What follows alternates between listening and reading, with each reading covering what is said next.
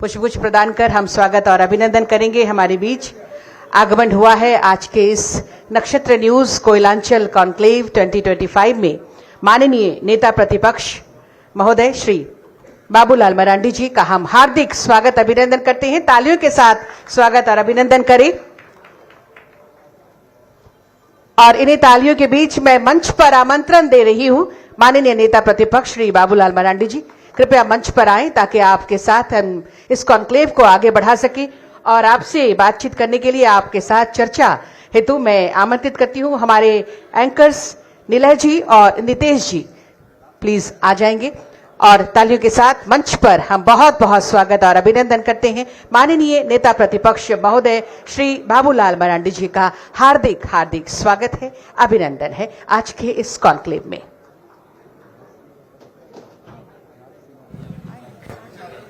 हमारे बीच माननीय विधायक धनबाद श्री राज सिन्हा जी की भी उपस्थिति हो चुकी है। मैं एमडी सर से निवेदन करूंगी माननीय विधायक श्री राज सिन्हा जी का भी स्वागत अभिनंदन करें।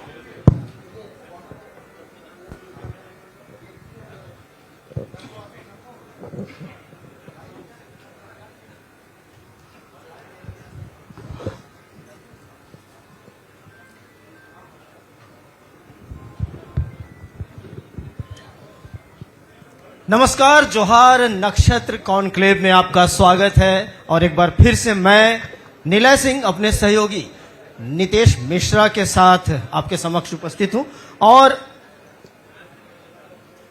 ये जो अवसर है ये बहुत ही ऐतिहासिक अवसर है और बहुत ही कहा जाए तो हमारे लिए ये गर्व की बात है, सम्मान की बात है कि राज्य के प्रथम मुख्यमंत्री और संप्रति नेता प्रतिपक्ष श्री बाबूलाल मरांडी जी ने यहां आकर इस आयोजन को और गरिमामय प्रदान की है।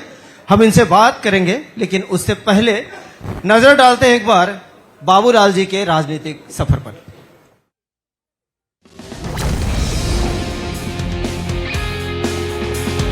एक सरकारी स्कूल टीचर से झारखंड के पहले मुख्यमंत्री बनने वाले बाबूलाल मरांडी किसी परिचय के मोहताज नहीं है।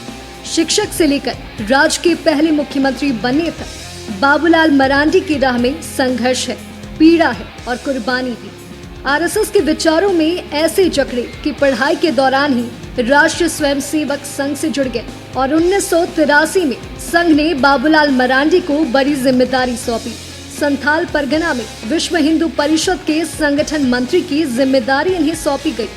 1991 में बीजेपी के महामंत्री गोविंदाचार्य ने बाबूलाल मरांडी को बीजेपी में शामिल कराया और फिर झारखंड की सियासी जमीन पर बाबूलाल मरांडी ने वो मेहनत की जिससे इन्हें मैदान का महारथी कहा जाने लगा। राजनीति की उबड़ खाबड़ डगर पर भी बाबूलाल मरांडी अडिग रहे और इसके पीछे रहा भारतीय जनता पार्टी का बाबूलाल मरांडी पर विश्वास। 1998 में जाकर बाबूलाल मरांडी का 14 साल का राजनीतिक वनवास खत्म हुआ। न सिर्फ जीत मिली बल्कि 1998 लोकसभा चुनाव में बाबूलाल मरांडी हीरो बनकर उभरे। ये वो दौर था जब बाबूलाल मरांडी के नेतृत्व में झारखंड की 14 में से 12 सीट बीजेपी के खाते में गई। इस जीत ने बाबूलाल मरांडी को राष्ट्र स्तर पर स्टैब्लिश किया था। उनको पूर्व प्रधानमंत्री अटल बिहारी वाजपेयी के कैबिनेट में भी जगह मिली थी। बाबूलाल मरांडी की राजनीतिक सफर को देखें तो 1998 में लोकसभा चुनाव जीता, झारखंड के पहले मुख्यमंत्री बने,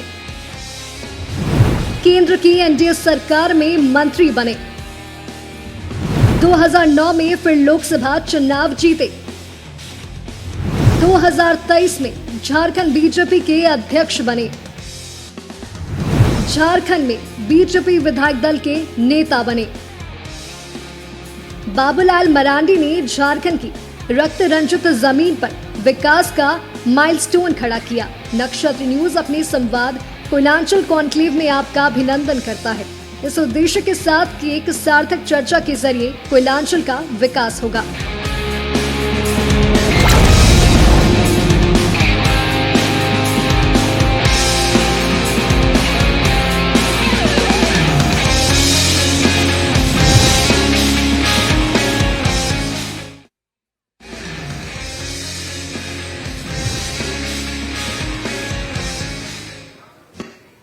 तो ये बाबूलाल मरांडी जी का राजनीतिक सफर आपने देखा कि कैसे एक शिक्षक से राज्य के मुख्यमंत्री बने और अभी नेता प्रतिपक्ष हैं, केंद्र में भी मंत्री रह चुके हैं और हमारा यह परम सौभाग्य है कि हमारे साथ इस आयोजन में मौजूद हैं। सर बहुत बहुत स्वागत आपका बहुत आभार, अभिनंदन। सर बहुत बहुत धन्यवाद आपके श्रोता को, नक्षत्र न्यूज चैनल के सभी दर्शकों को हमारी ओर से, हमारी पार्टी की ओर से भी बहुत बहुत शुभकामनाएं है, बधाई है। बहुत धन्यवाद सर। सर आप राज्य के प्रथम मुख्यमंत्री हैं, आपने राज्य के आंदोलन में भाग लिया, झारखंड के आंदोलन में भाग लिया, राज्य के प्रथम मुख्यमंत्री बने, केंद्र में मंत्री रहे आप और अभी नेता प्रतिपक्ष की भूमिका आप निभा रहे हैं। 25 सालों के सफर को आप कैसे देखते हैं पूरे झारखंड के परिप्रेक्ष्य में? नहीं, इसको हमें थोड़ा सा खंड में थोड़ा देखना पड़ेगा। पहला तो क्या है कि मैं बार बार कहता हूं कि झारखंड आंदोलन की बुनियाद को हमें समझना पड़ेगा। किस बुनियाद पर झारखंड आंदोलन सामान्यतः तो लोगों के जनमानस में जो बातें आई कि हमें अलग राज्य बनानी, तो विषय था झारखंड के लोगों को लगता था कि जो सच भी था कि बिहार में हम एक साथ हैं तो सत्ता में पर्याप्त हमें भागीदारी नहीं मिलती है।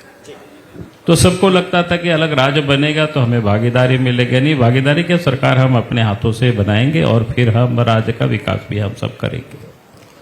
तो आज मैं कह सकता हूं कि भाई 15 नवंबर 2000 को इस काम को, या ये जो हमारी आकांक्षा थी यहाँ के लोगों की, वो देश के भारत रत्न श्रद्धेय अटल बिहारी वाजपेयी जी ने 15 नवंबर 2000 को वो पूरा कर दिया और अलग झारखंड राज्य बना। अलग झारखंड राज्य बनने के बाद यहाँ के लोगों को जो एक था कि भागीदारी नहीं मिलती है, तो भागीदारी ने क्या, उनके हाथों एक प्रकार से झारखंड को सौंप दिया। आज मुख्यमंत्री भी है, मंत्री भी है, ये सब चीजें। दूसरा, सरकारी दफ्तरों में भी आज आप देखेंगे तो बड़ी तादाद में आपको, आप झारखंड के लोग थाने में थानेदार दिखाई पड़ेंगे, ब्लॉक में, अंचल में दिखाई पड़ेंगे। कहने का मतलब अब सब जगह। तो जो पहला ये जो सोच था जिसको लेकर के झारखंड राज्य बनाने के लिए लोग संघर्ष कर रहे थे, वो काम पूरा हुआ। अब उसके बाद दूसरा जो पड़ाव होता है कि भाई हमें विकास का, कि उसके साथ साथ था कि भाई हमारा राज्य बनेगा तो प्रदेश विकास करेगा। तो विकास के लिए भी क्या क्या जरूरी होते हैं, तो मैं लोगों से कहता हूं कि भाई झारखंड जिस अवस्था में बना था या मिला था बिहार से, तो उस समय कानून व्यवस्था बिल्कुल खराब थी।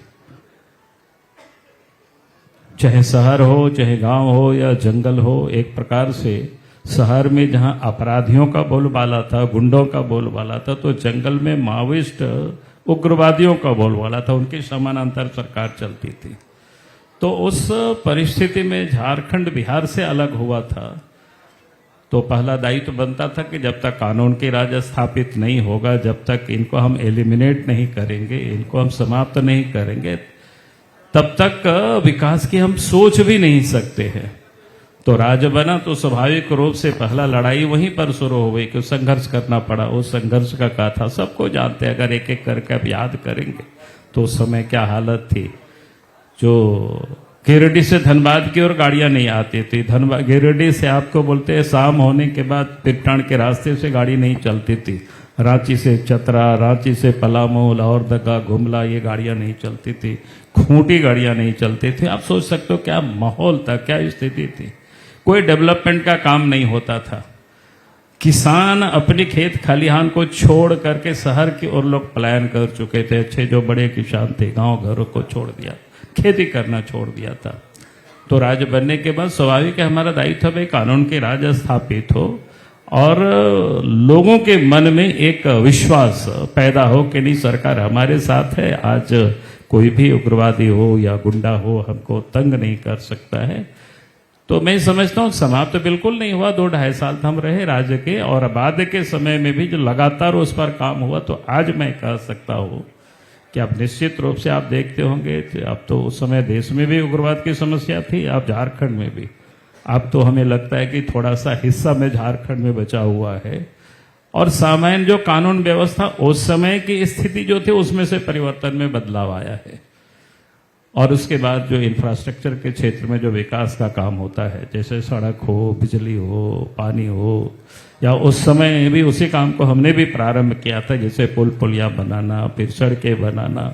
उस समय तो बिहार और झारखंड को लेकर के, सड़क को लेकर के लोग उसकी तुलना करते थे लेकिन आज मैं कह सकता हूं कि भाई काफी कुछ आज गांव तक हम आ जा सकते हैं। तो ऐसा नहीं है कि हाँ जितना सोच था या जितना विकास होना चाहिए था वो नहीं हो पाया, वो कहीं ना कहीं मिसिंग हुआ और लगता है कि और मिसिंग होते जा रहा है, इससे और एक समस्या है। अगर कोयलांचल की बात करें, क्योंकि आज हमारा ये कॉन्क्लेव जो है कोयलांचल की धरती पर हो रहा है, तो अगर हम सिर्फ कोयलांचल की बात करें तो कहां पे चूक हुई, जबकि रत्न गर्भा धरती है ये, पूरे देश को जो कोयले की आपूर्ति करती है, उसके बावजूद यहां पे अंधेरा है। देखिए, मैं ये कहूंगा कि कोयलांचल की हो या पूरे झारखंड की, सामान्यतः जहां खनिज होता है तो खनिजों का ठीक प्रकार से उत्खनन हो, उसमें जो लिंकेज होता है, लिंकेज का मतलब कोई फैक्ट्री से लिंकेज की यहाँ बात नहीं कर रहा हूँ, बात कर रहा हूँ यहाँ जो कोयला चोरी होता है, और चोरी में भी अगर सरकारी तंत्र उसमें इन्वॉल्व हो जाए तो फिर बड़ा खतरनाक मोड़ ले लेता है। और मैं ये कह सकता हूँ, चूंकि पैसा तो वहीं से आता है, गवर्नमेंट को रॉयल्टी वहीं से आता है। अगर कोई 100 ट्रक कोयले ही निकल जाए और सीधे बनारस की मंडी में चला जाए 2 नंबर से, तो गवर्नमेंट को जो रॉयल्टी मिलता, जो गवर्नमेंट के खजाने में पैसा जाता, वो नहीं जाता। और जब गवर्नमेंट के खजाने में पैसा नहीं जाता है तो फिर डेवलपमेंट का काम नहीं होता है, तब तो फिर वो इलाकों में ऐसे ही दिखाई पड़ता है। और फिर सरकार का विजन होना चाहिए। जैसे मैं एक उदाहरण बताता हूँ, ये कोयलांचल चूंकि यहाँ बैठे हुए हैं, आप देखे होंगे मैथन का डैम है, पंचेत का डैम है। हमारे यहाँ के लोग बहुत विस्थापित हुए उस समय, कितना नौकरी मिला नहीं मिला उसकी मैं यहाँ चर्चा नहीं कर रहा हूँ, लेकिन आप आश्चर्य करेंगे, धनबाद जैसे शहर में भी पानी की समस्या होती थी। आज व्यक्ति नहीं, अब परमेश्वर अग्रवाल जी एमपी हुआ करते थे, हम राज्य के राज्य बना, मुख्यमंत्री बने, तो फिर उन्होंने कहा कि साहब पानी आना चाहिए। और फिर मैथन डैम से हम लोगों ने शहर को पानी पहुंचाने का काम किया। कोडरमा में डीबीसी का वहां जो डैम है, तिलैया डैम, वहां से भी पानी नहीं जाता था। फिर तिलैया डैम से फिर कोडरमा, झुमरी, तिलैया शहर को पानी पहुंचाने के लिए योजना बनी और फिर पहुंचा भी। तो कहने का अर्थ है कि वो जो सरकार होती है कि उनकी सोच होनी चाहिए कि भाई हमको डेवलपमेंट कैसे करना है, सड़कें बनानी है, पानी की सुविधा, स्वास्थ्य की सुविधाएं, शिक्षा की सुविधा, हमें कैसे लोगों को उपलब्ध कराना। तो इस सब कामों के लिए तो पैसे लगते हैं। तो पैसे कहाँ से आएंगे? पैसे तो इन्हीं चीजों से आएंगे, कोयला से आएगा, लोहा से आएगा, बॉक्साइट से आएगा, पत्थर से, बालू से, या जिस भी चीजों से। लेकिन उसको अगर प्रमाणिकता, ईमानदारी से अगर उसको आप करेंगे तभी तो पैसा आएगा। अगर आप सब में लिंकेज हो जाए, सब 2 नंबर के रास्ते में निकल रहेगा, तो फिर सरकार के खजाने में पैसे नहीं आते। सरकार के खजाने में पैसा नहीं आता है तो फिर डेवलपमेंट का काम नहीं होता है। आज आप झारखंड में देख रहे होंगे, पिछले दिनों मैंने विधानसभा में भी विषय को उठाया था, तो 8,000 करोड़ का 2024 में सरकार ने एग्रीमेंट किया है कि टेंडर भी किया, अवार्ड भी हो गया, काम भी लोगों ने शुरू किया, लेकिन पेमेंट नहीं हो रहा है। अब बेचारा सब काम यहाँ के तहाँ रुक गया। और जो कॉन्ट्रैक्टर लिया था वो भी कर्जे लिया है, तो अब सूद पर सूद देना पड़ रहा है, वो लोग रो रहा है, सरकार के पास पैसे नहीं है। बजट में अगर आप देखेंगे तो पैसा बजट में पड़ा हुआ है उनके फाइल में, जितना उन्होंने बजट में लिया है पैसा उतना दिख रहा है साफ साफ। लेकिन जब आप सचिव से बात करेंगे, मंत्री से बात करेंगे, तो बोलेगा सर पैसा नहीं है। तो ये स्थिति है। इसलिए हमने कहा कि कोयलांचल भी कोई अलग नहीं है, क्योंकि डेवलपमेंट तो राज्य सरकार को करनी होती है, कोई दूसरा एजेंसी यहाँ नहीं करेगा। हाँ, कोई दूसरा एजेंसी होता तो हम कहते कि नहीं साहब वो दूसरा एजेंसी करे। बाबूलाल जी, चोरी रोकेंगे कैसे? आप ये मानते हैं कि बीजेपी के शासन में कोयला की चोरी नहीं होती थी? देखिए, चोरी नहीं होती थी ऐसा मैं नहीं कहता हूं। मैं एक बात कहा करता हूं, अगर चोरी नहीं होता तो फिर ये जो भारत सरकार जो पार्लियामेंट से जो कानून बनी हुई है, क्या बोलते हैं, इंडियन पेनल कोड है, सीआरपीएफ है, ये सब कानून क्यों बना हुआ है? इसलिए नहीं कि लोगों को पता है चोरी होना है, चोरी होना है तो चोर को पकड़ना है। बीजेपी ये सिंपल बात है। बीजेपी के शासन में चोर को पकड़ा जाता था। वही बात बता रहा था, चोरी तो किसी भी शासन में होगी, चोर चोरी करेंगे उसके, लेकिन अब चोर को पकड़ने वाला चोर के साथ ना मिल जाए।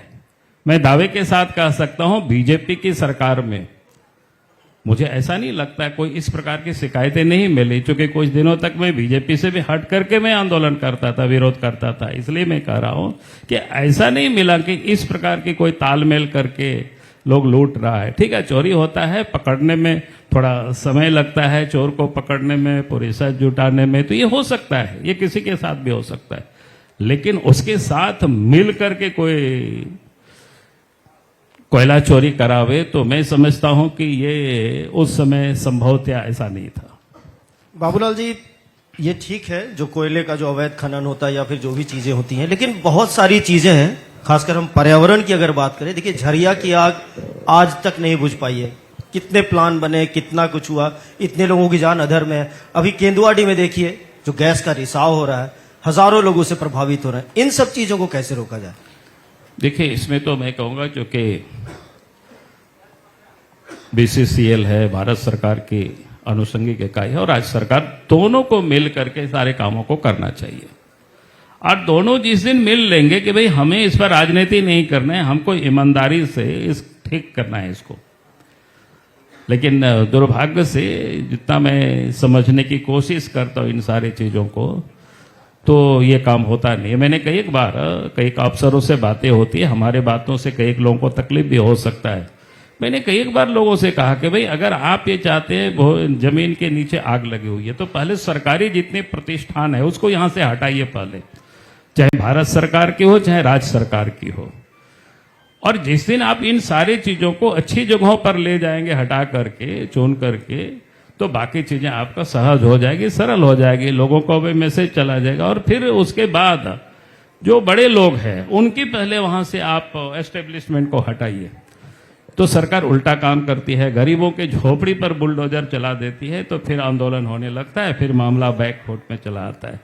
फिर हम तैयार करें कि भाई जिन लोगों को अगर हम वहां से हटा रहे हैं उनके लिए भी पहले हम बढ़िया से हम इलाका हम डेवलप करें।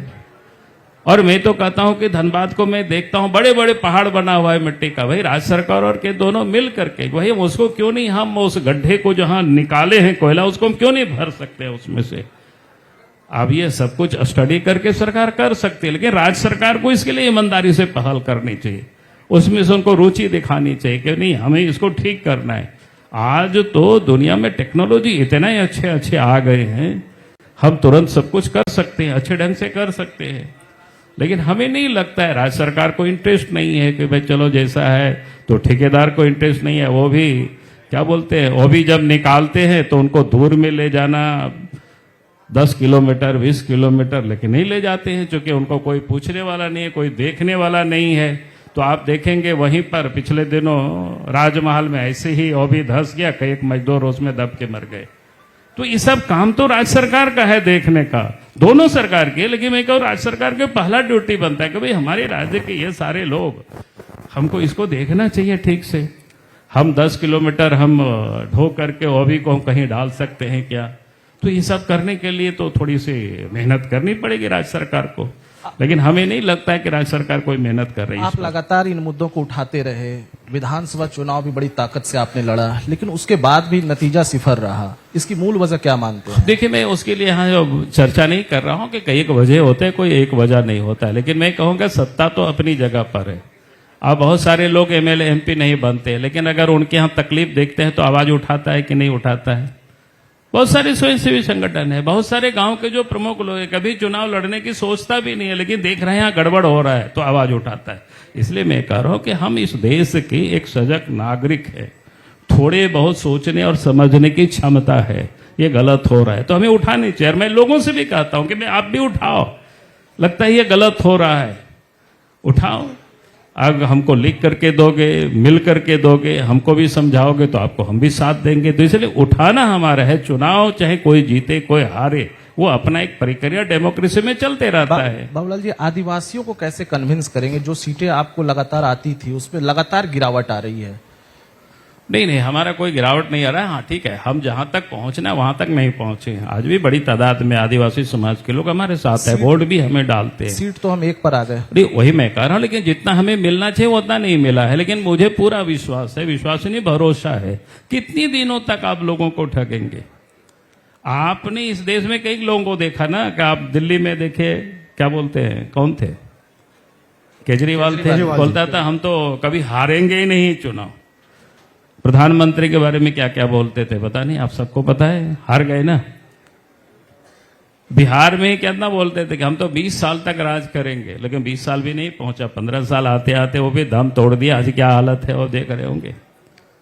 तो कहने का अर्थ है कि अरे 5 साल पूरा किया, 6वां साल आ रहा है, कि लोग तो देखेंगे ना कि भाई क्या हो रहा है। घाटशिला में भी चुनाव लेकिन फेवर में नहीं आया। धनबाद की बात करें, ठीक है, आपने कहा कि इतनी पहुंचे क्योंकि कोयलांचल की बात चल रही है। धनबाद में 6 में से सिर्फ 2 सीटें रह गई सर आपके पास, झरिया और धनबाद। मैंने कहा ना कि चुनाव हार जीत का कई कारण होता है। जैसे कुछ तो ऐसी वोट भी है जो हमें नहीं देते हैं, बीजेपी को नहीं देते हैं, उनको जाके पूछेंगे क्या प्रधानमंत्री आवास मिला है क्या, बोला हाँ मिला है। प्रधानमंत्री अन्न योजना के तहत 5 किलो अनाज मुफ्त में मिल रहा है क्या, हाँ मिल रहा है।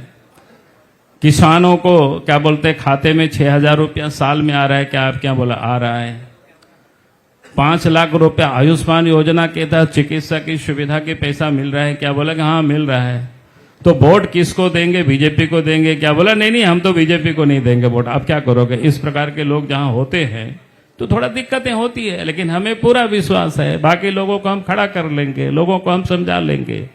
थोड़ा वहां तक हमारे कार्यकर्ता भी शायद नहीं पहुंच पाए ठीक से और वो लोग नहीं समझ पाया है, तो हम कहते हैं लोगों से, जैसे जाड़ा का मौसम है, अगर जाड़ा नहीं होता तो हम इतने कपड़े पहन करके आप क्या नहीं आते, मैं सिंपल कुर्ता पजामा पहन के मैं आ जाता, लेकिन आज जाड़ा है तो इतना 2.5 किलो का क्या बोलते हैं जैकेट पहन करके आपके बीच में यहाँ आया हुआ हूँ। गर्मी में कोई आएगा तो वैसे ही लोग देखेंगे समझेंगे कि भैया यहाँ जिसको हम लोगों ने चुना था आबोआ करके और ये कर क्या रहा है, तो उनको समझ में आएगा तो फिर हमारे साथ आएंगे। इसलिए हम कोई निराश नहीं, हताश भी नहीं है। हम अपने कार्यकर्ताओं को हम लोग कहते हैं कि जाकर के फिर जाकर के बताओ, बार बार बताओ उनको, जब तक नहीं समझेंगे तब तक बताना पड़ेगा। जैसे बच्चे में कैसे किताब माता पिता या टीचर सिखाता है, एक कौ सिखाता है तो कितना बार हाथ रगड़वाना पड़ता है, आपको पता है ना, आप भी किए होंगे, हम लोग भी किए हैं। एक को लिखने के लिए, ए को लिखने के लिए, बी को लिखने के लिए बड़ा सिंपल है, लेकिन कितना बार रगड़ना पड़ता है। हमको लगता है 1 साल 6 महीना तो रगड़ना ही पड़ता है। आपके कार्यकर्ता वहां तक पहुंच नहीं पा रहे, वो पहुंच रहे हैं लगातार, लेकिन ऐसा नहीं लगता है कि बाबूलाल जी कि आपके साथ जो है जो शीर्ष नेता यहाँ झारखंड के खासकर हैं, वो लोग एक साथ खड़े होकर जो है चुनावी मैदान में नहीं लड़ते हैं? नहीं, सब लोग एक साथ ही लड़ रहे हैं, लेकिन आप कहेंगे एक ही साथ एक ही जगह एक साथ सब रहेंगे, ऐसा नहीं होता है। सबका काम बढ़ जाता है, भाई चुनाव में आपको यहाँ जाना है, आपको वहां जाना है, आपको यहाँ जाना है, तो जिस प्रकार के जहां जरूरत होती है वैसा हम सब लोग कोशिश करते हैं। और इतना बड़ा संगठन होता है तो थोड़ा बहुत कोई अगर इतना, जैसे बोले कि 100 लोग शादी ब्याह में भी कभी कभी जानते हैं ना, किसी को निमंत्रण देने में भी कोई भूल कर जाता है, निकट के आदमी को होता है। हम लोग भी घर द्वार में शादी करते हैं ना, लिस्ट कितनों बनाते हैं, अरे कौन कौन, तब भी एक आदमी छूट जाता है, वो शादी होता है, टेलीफोन करता है, क्या सर आपने तो बेटा का शादी किया, हमको निमंत्रण नहीं दिया, अब सॉरी ही बोलते उस समय।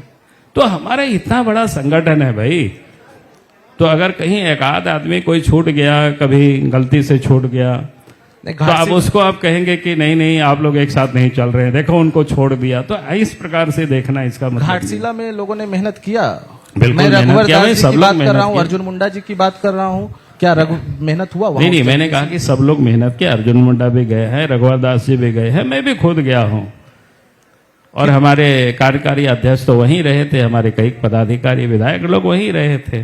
क्या लगता है सर, ये मैया सम्मान योजना का असर था क्या? सरकार जिस तरीके से बोल रही है कि महिलाएं जो हैं आधी आबादी हैं, पूरी तरह से उत्साहित हैं। नहीं, मैं कहता हूं कि मैया सम्मान योजना भी थोड़ा सा प्रभाव डाला, लेकिन वही सब कुछ है ऐसा नहीं है।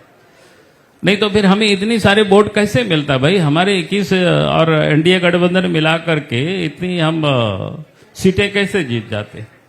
तो इसीलिए ये कहना कि उसी का सब कुछ प्रभाव होता तब तो फिर हम लोग कुछ भी नहीं जीतते, तो ऐसा नहीं। हाँ ठीक है, थोड़े बहुत उसका भी प्रभाव होता है। हमने कहा कि चुनाव जीत और हार के कई कारण होता है, तो उसमें भी जीत का वो एक कारण है। दीपिका पांडे जी ने कहा कि केंद्र के नेता, विधानसभा में भी कहा, मंच से भी कहा कि केंद्र के नेता मदद नहीं करते हैं, कोऑर्डिनेशन का भारी अभाव है।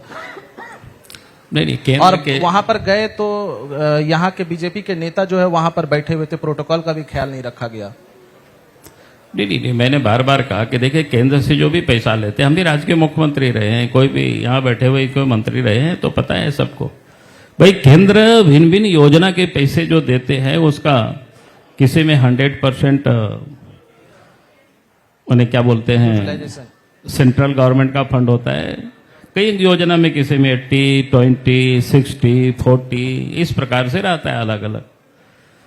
अब क्या है, केंद्र सरकार जो फर्स्ट इंस्टॉलमेंट जब भेजते हैं तो सरकार को फिर उसी हिसाब से अपना पैसा लगा करके उसको खर्च करना पड़ता है। खर्च करके फिर वो यूटिलाइजेशन सर्टिफिकेट भेजते हैं, तब फिर वो पैसा देते हैं।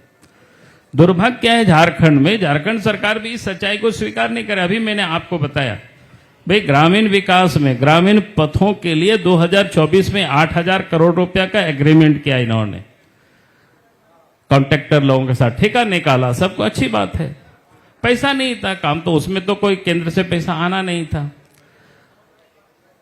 जब अभी जो सत्र 5 तारीख से शुरू हो रहा था तो 4 तारीख को मेरे पास कॉन्ट्रैक्टर लोग आया, लिख करके लोगों ने मुझे दिया और बताया कि सर इस बार बोला है कि अनुपूरक बजट में आएगा तभी आप लोगों को पेमेंट करेंगे। तो वो लोगों ने पूरी हमको जानकारी दी और जब अनुपूरक बजट आया तो मैंने उसको देखा खोल करके बजट में कि भाई ग्रामीण डेवलप विकास में क्या पैसा डाला है, तो वहां पैसा था ही नहीं, शायद 37 करोड़ या समथिंग था। तो फिर मुझे लगा मेरे पास और भी कागज था जो सरकार खर्च करती है पिछले बजट का, तो उस कागज को फिर निकाले तो हमने देखा कि बजट में तो यहां प्रावधान किया हुआ है इनका पिछले बार में ही, लेकिन ठेकेदार को पेमेंट नहीं हो रहा है, काम नहीं हो रहा है। कारण क्या है, पैसा उनके पास नहीं है। मंत्री जी आए तो आप देखेंगे विधानसभा शुरू हो रहा था, उस समय उन्होंने कुछ टेंडर जो अवार्ड नहीं हुआ था उसको रद्द कर दिया पैसे का। तो कहने का मतलब है वो तो 100% स्पॉन्सर स्टेट गवर्नमेंट का स्कीम था, केंद्र का स्कीम नहीं था। तो केंद्र का स्कीम जो होता है, जैसे छात्रवृत्ति का मामला है, ट्राइबल को छात्रवृत्ति जो मिलता है उसका 75% सेंट्रल देती है, 25% स्टेट। उसी प्रकार से एससी का होता है 60-40 का रहता है, उसी प्रकार से ओबीसी का भी रहता है। लेकिन अगर ये मैचिंग ग्रांट नहीं देंगे उसमें और खर्च यूटिलाइजेशन की सर्टिफिकेट नहीं देंगे तो केंद्र फिर पैसा नहीं देते। झारखंड ही नहीं, देश के अंदर में हम भी उस दिन जैसे बताया ना, मंत्री जी से मिले तो कई बीजेपी राज्यों का भी उन्होंने बताया कि भाई जहां पर खर्च नहीं करते हम वहां नहीं देते हैं पैसा। चूंकि प्लानिंग कमीशन का ये सब नियम रहता है, उसके हम बियॉन्ड नहीं जा सकते हैं और आखिर राज्य को भी तो अनुशासित करना है। ऐसा थोड़ो है कि आप इस मद में पैसा ले जाओ और उस मद में खर्च करो, तो ऐसा नहीं चलेगा। तो इसीलिए ये कहना राजनीति के लिए उनके लिए अच्छी बात है कि लोगों को बताने के लिए, लेकिन हमें भी उसकी कलाई खोलने के लिए, आखिर हमको भी तो जनता ने चुना हुआ है कि हमको भी नहीं पार्टी ने बनाया हुआ है कि भाई उनके कलाई खोल देंगे जनता के भी जा करके। कुछ खोल दीजिए। नहीं, वही तो मैं बताया कि भाई आप ये भेज नहीं रहे हो ना पैसा यहां से, हमारे पास भी तो वही बात मैं बताया, आप मैचिंग ग्रांट लगाएंगे नहीं तो फिर आपको पैसा कैसे मिलेगा, सीधी सीधी बातें हैं। सर सदन में तो वित्त मंत्री जी ने खुद कह दिया कि हम लोग हार गए, अब आप पैसा दिलवा दीजिए। राधाकृष्ण किशोर जी ने आपसे कहा, हमने क्या कहा, तो राजनीति के लिए उनके लिए ठीक है, लेकिन पैसा कैसे दिलाएंगे भाई, आपको वो तो पूरा करना ही पड़ेगा वो मापदंड केंद्र सरकार की। और केंद्र सरकार जो मापदंड बनाए झारखंड के लिए नहीं बनाए, पूरे देश के लिए मापदंड है, देश के सभी राज्यों के लिए वो मापदंड है, तो आपको पूरा करना पड़ेगा। हाँ, उसको आप पूरा करेंगे तब फिर आपको पैसा नहीं देगा तो हमको बताना, लेकिन ऐसा होता नहीं है केंद्र में, पहले भी नहीं होता था, अभी भी नहीं होता है। चलिए, अभी ये तो पक्ष और विपक्ष की बातें हैं, लेकिन ये बात बीच बीच में जरूर आ जाती है कि कुछ खिचड़ी जो है उस सत्ता पक्ष और विपक्ष के बीच पक रही है। कभी हेमंत सोरेन जी दिल्ली चले जाते हैं, कभी आप झारखंड के मंत्रियों की मुलाकात केंद्र के मंत्रियों से करवाते हैं, क्या मामला है सर? अरे भाई, मुलाकात हम क्या करवाएंगे बताओ, और दिल्ली जाना तो मुख्यमंत्री है, दिल्ली जाएंगे ही। आप क्यों जाते हैं, कहां जाते हैं, किससे मिलते हैं, तो इसका उत्तर तो उनसे आप लोग पूछते। और जहां तक जिसको मिलने की आप बताएं, उनसे मिलाने की मेरा कोई मंशा नहीं थे। हम तो पार्लियामेंट गए थे और सचमुच में गए भी थे, समय ले करके गए थे उनसे, जो विधानसभा विषय उठा था, लगा कि झारखंड का मामला है, थोड़ा मंत्री जी जाकर के मिले, समय दिए थे, तो हम जाकर के बैठे उनसे बात कर रहे थे सारी बातें। तब हमको बताया कि नहीं आज आपके मंत्री भी आ रहे हैं, तो हम बोले क्या ये बातें उनसे पूछ लीजिएगा इस समय क्या है। तो हम तो करीब करीब मेरी बातें हो गई थी, हम ही अकेले नहीं थे, हमारे सारे कार्यकारी अध्यक्ष थे, सांसद थे, दीपक प्रकाश जी थे, तो ऐसे सारे हम सब लोग बैठे हुए थे बात कर, मंत्री जी भी थे, श्रीमती अन्नपूर्णा देवी जी भी थे, हम लोग इसीलिए तो इसीलिए बता रहा हूँ। तब तक बैठे थे, तब फिर वो अफसर आए, बोला कि सर दीपिका जी आ गए हैं मंत्री जी। तो उन्होंने हम लोगों से पूछा कि क्या करें, बुला लें? तो आप कैसे बोलते कि भाई बुला लें, नहीं हम कहेंगे कि नहीं नहीं हम लोग को जाने दीजिए, तो भी सब ठीक नहीं लगता था। हमने बुला लीजिए, उसमें क्या दिक्कत है, झारखंड की ही बात होगी। फिर उनको बुलाया सामने, तो इतना ही था, सामने बुलाया था, सामने और स्पष्ट हो गया, बातचीत हो गया। उनको साफ साफ बता दिया कि भाई आप यूटिलाइजेशन सारे सर्टिफिकेट भेज दीजिए, आपको पैसा मिलेगी, आपकी पैसा नहीं रुकेगी। उन्होंने तो ये कहा, अभी मंच से ही कहा कि प्रशासनिक पदाधिकारी से जो है तालमेल सही नहीं बैठ पा रहा, ये भी कहा उन्होंने। हमने इसीलिए उनसे कहा, हाउस में मैंने कहा था कि भाई मुख्यमंत्री या फाइनेंस क्या बोलते हैं विभाग के मंत्री सब दल बल के साथ जाए, अगर कहीं कोई टेक्निकल प्रॉब्लम है तो वही लोग सॉल्व करे। हमने तो हाउस में ओपन हमने कहा, तो ये लोग जाके नहीं मिलता है। उस समय भी इसलिए मिले थे क्योंकि 14 को कांग्रेस की रैली थी, कांग्रेस के रैली में लोग गए होंगे तो कहा कि समय मिल जाए तो मिलेंगे। भाई ऐसा थोड़े होता है, उन्होंने तो कहा अब मिलता तो बड़ी समय ले करके। अब हम कहें कि राजनीति तो ऐसे ही चलते रहता है, लेकिन वास्तव में अगर समय उन्होंने कोई, हम लोग भी किसी से मिलते हैं तो बल्कि हम लोग नोटिंग भेज देते हैं कि भाई पीएम से मिलना है, एचएम से मिलना है, कि भाई अमुक तारीख को या अमुक अमुक के बीच में जो समय दे सकते हैं, तो हम लोग लिखित में भेजते हैं। उन्होंने अब भी समय मिलता है, उस दिन हम लोग जाते हैं। पंचायती राज मंत्री को उन्होंने भेजा था, उन्होंने मन से कहा कि हम जो है 4-4 बार उनको भेजे, लेकिन मुलाकात नहीं हो पाई। नहीं, मैं कह रहा हूं उस दिन तो सामने ही बात हो गया ना। पंचायती राज मंत्री बिहार से ही जुड़े लगे हुए, कोई दूर के है नहीं मंत्री, तो सामने ही उस दिन बात हो गया। जितना उन्हें बोले, उन्हें मंत्री जी ने बोल दिया, इसलिए इस बात को यहाँ बहस करने को अच्छा भी नहीं लगता है उसको। अब अंदर में क्या बात हुई यहाँ बोले तो बोला कि तो झूठ मूठ का फिर इसी में वो राजनीति करते रहेंगे। मैं नहीं चाहता हूं कि उसमें राजनीति करे, बढ़िया से काम करे। सर, आप तमाम अधिकारियों का कच्चा चिट्ठा निकालते हैं, चाहे वो डीजीपी अनुराग गुप्ता हो या फिर अन्य अधिकारी हो, लगातार करते हैं, लेकिन उसका असर बहुत जितना होना चाहिए उतना दिख नहीं रहा है। देखिए भाई, हमारा काम क्या है, दिखाना तो सरकार को काम करके। अब 2-3 उदाहरण मैं बताता हूं। एक तो अभी आपने देखा होगा, क्या बोलते हैं, दारू घोटाला को लेकर के। आज जो दारू घोटाला के लेकर के विनय चौबे को उन्होंने गिरफ्तार के अंदर किया, बड़ी हड़बड़ी में गिरफ्तार किया, जिसमें पता चला कोई वारंट भी नहीं था, गिरफ्तार किया तुरंत, इसमें अंदर किया, कई लोगों को गिरफ्तार किया। उसमें से हमारा 2 सवाल है। और 90 दिनों तक उन्होंने चार्जशीट सबमिट नहीं किया। नतीजा क्या हुआ, सबको बेल आउट हो गया। विनय चौबे को फिर दूसरा केस में उन्होंने रिटर्न किया, उस केस में बेल हो गया। ठीक है। अब मेरा ये सवाल है मुख्यमंत्री जी से, 2022 में 18 और 19 को मैंने पत्र लिखा मुख्यमंत्री को कि इस दारू में ये गड़बड़ी हो रहा है, अब इसको ठीक करिए। अब इन्होंने क्या किया बताओ? कुछ भी जांच नहीं किया, कुछ भी नहीं किया, यानी सब कुछ होने दिया। मुख्यमंत्री थे भाई। अगर इस प्रदेश के कोई जनता भी पत्र लिख रहे, हम तो राज्य के विधायक थे, विधानसभा, आप अपोजिशन के लीडर भले नहीं मानते हो, पार्टी ने तो हमको अपोजिशन के लीडर बनाए हुए थे। इस राज्य में मुख्यमंत्री भी हम रहे हुए हैं, हमें इतना तो सिस्टम की पता है। हमने लिख करके आपको दिया, आप साहब एक्नॉलेजमेंट भी नहीं दिए, कुछ किए नहीं। और 2022 के अप्रैल में पत्र हम लिखे, और कार्रवाई कब होता है? 2025 में। चलो भाई, अच्छी बात है, कार्रवाई हुई। तो आप 90 दिनों में चार्जशीट नहीं सबमिट किया, उसमें भी डीलिंग हुई। कहिए कि जो पैसे वाले पैसा दे करके चार्जशीट नहीं सबमिट हुआ तो कोर्ट ने बेल दे दिया। चले भाई, आपने जिस तत्परता से पुलिस ने उनकी गिरफ्तारी की, उसी तत्परता से चार्जशीट भी सबमिट करना चाहिए। यानी आपने लेन देन किया, आज चार्जशीट सबमिट नहीं किया, छुट्टी कर दी। अब इधर देखिए, कुछ अफसरों का, आप इधर मैंने अखबारों में देखा, कल परसों मैंने प्रेस को मिला था।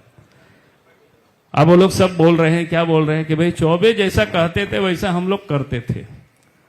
3 आईएएस अफसर ने यह बयान दिया, एसीबी वालों ने बयान कराया कोर्ट में, जो अखबार में छापा। क्या बयान है तो मैं नहीं जानता, अखबार में जो छापा आप सब लोगों ने भी पढ़ा होगा। स्वाभाविक है, कोई भी थोड़ा नियम कानून जानता है वो व्यक्ति पूछेगा उन अफसरों से, भाई अगर विनय चौबे आपको परेशान कर रहे थे तो आपने फाइल में क्या नोटिंग किया? चलो फाइल में भी नहीं नोटिंग किया, चीफ सेक्रेटरी को आपने क्या कुछ सूचना दिया क्या? मुख्यमंत्री के यहां तक तो मैं नहीं सोचता हूं कि चलो,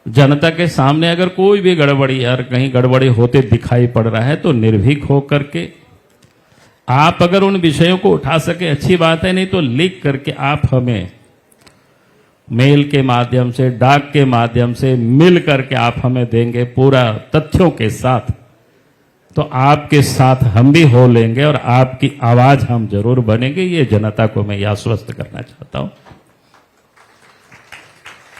आपने सुना कि बाबूलाल मरांडी जी ने साफ तौर से कहा, तथ्य के साथ आप हमें दें, हम निश्चित रूप से आपकी आवाज बनने का प्रयास करेंगे। वैसे बीजेपी आज के दिन में अगर आप देखें तो चुनाव का हश्र हमने देखा, आगे प्रयास बाबूलाल मरांडी जी का जारी है, संगठन का जारी है। देखना होगा कि आने वाले समय में क्या होता है। बाबूलाल जी का इस कार्यक्रम में सहयोग के लिए धन्यवाद। चले भाई, बहुत बहुत बहुत बहुत धन्यवाद। और अब चिन्ह हम प्रदान करेंगे। मैं पुनः आग्रह करती हूं एमडी नक्षत्र न्यूज श्री राकेश ओझा सर, श्रीमती मेधा मैम से मंच पर आएं और माननीय नेता प्रतिपक्ष सह पूर्व झारखंड के पहले मुख्यमंत्री रह चुके श्री बाबूलाल मरांडी जी को हम स्मृति चिन्ह और अंगवस्त्र के साथ सम्मान प्रदान कर रहे हैं। तालियां आप सबकी तरफ से जरूर हो, तालियों की गूंज भी स्मृतियों में बनी रहे। अंगवस्त्र के साथ ये सम्मान और ये स्मृति चिन्ह नक्षत्र न्यूज कोयलांचल कॉन्क्लेव 2025। और अब माननीय नेता प्रतिपक्ष महोदय से आग्रह होगा, कृपया एक सम्मान आपके कर कमलों द्वारा हम चाहते हैं महोदय। मैं आमंत्रित करती हूं श्री एसके सिन्हा जी, सीएमडी आवाज, जो बिजनेसमैन हैं और समाज सेवी हैं। आपको मैं मंच पर सादर आमंत्रित करती हूं और माननीय नेता प्रतिपक्ष श्री बाबूलाल मरांडी जी के कर कमलों द्वारा आपका सम्मान किया जा रहा है। इस नक्षत्र न्यूज कोयलांचल कॉन्क्लेव 2025 के इस मंच पर आपका सम्मान, तालियां आपकी तरफ से जरूर हों।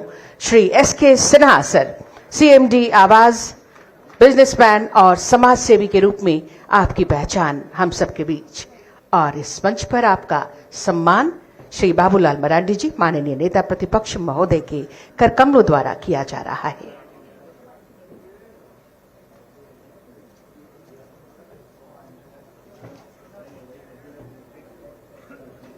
सम्मान और शुभकामनाएं। बहुत बहुत धन्यवाद। तालियों के साथ धन्यवाद करें माननीय नेता प्रतिपक्ष झारखंड